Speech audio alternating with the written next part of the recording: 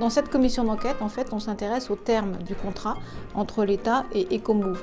Donc savoir si ces termes sont équilibrés, si les risques pris par l'État d'un côté et Ecomove de l'autre sont équilibrés, si la nature même du contrat de partenariat public-privé était la bonne nature de contrat à établir par rapport aux objectifs poursuivis par l'État français sur ce sujet, et savoir si on paye à son prix, trop cher, pas assez cher, la prestation qu'on a voulu. Aujourd'hui, avec la suspension de l'écotaxe, qu'est-ce qui vient se rajouter en termes de conséquences financières et juridiques? Aujourd'hui, on a rencontré donc les élus de la communauté d'agglomération du territoire de Metz et qui nous ont fait part un petit peu de leur perception du rôle d'Ecomove et de la manière dont Ecomove s'est installé sur le territoire. L'installation d'Ecomove, ça représente 150 emplois et pour eux, c'était quelque chose.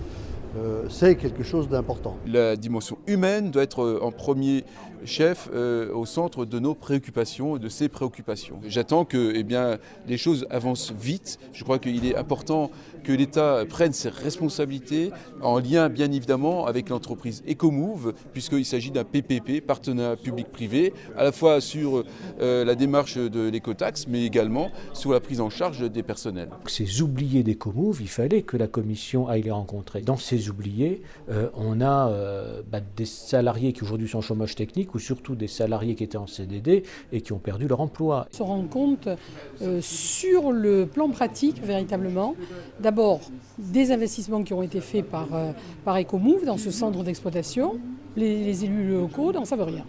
Déjà, ils n'en savent strictement rien. Donc nous, on va les demander cette liste qui est nécessaire à l'appréciation du loyer. Je pense que l'État n'a pas réalisé véritablement les conséquences de cette décision au niveau du contrat. On va vers quelque chose qui peut être mauvais pour les finances publiques.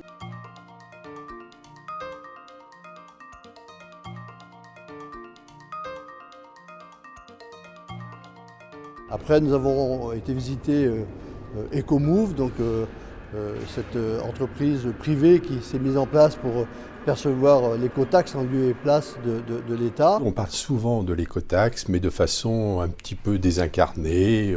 Et aujourd'hui, les sénateurs ont l'occasion de voir certes la technologie que nous avons développée, mais également de voir le personnel qui est employé à l'écotaxe et que finalement, ça démystifie vraisemblablement beaucoup d'idées. On a découvert une société, une vraie société, avec un projet, avec une technicité très développée, des dirigeants qui nous ont semblé tout à fait de qualité. Et on a découvert qu'ils étaient prêts, alors qu'on avait des doutes sur la préparation de l'écotaxe. Ils semblent avoir rempli, eux, toutes leurs obligations, d'avoir fait les investissements nécessaires, pour l'instant d'avoir mis 500 millions d'un côté alors que l'État n'a pas mis un euro, donc me donne quand même le sentiment d'avoir respecté leurs obligations. La situation est effectivement assez difficile. Cette période de suspension est pour nous un véritable challenge et nous souhaitons que rapidement l'État prenne une décision.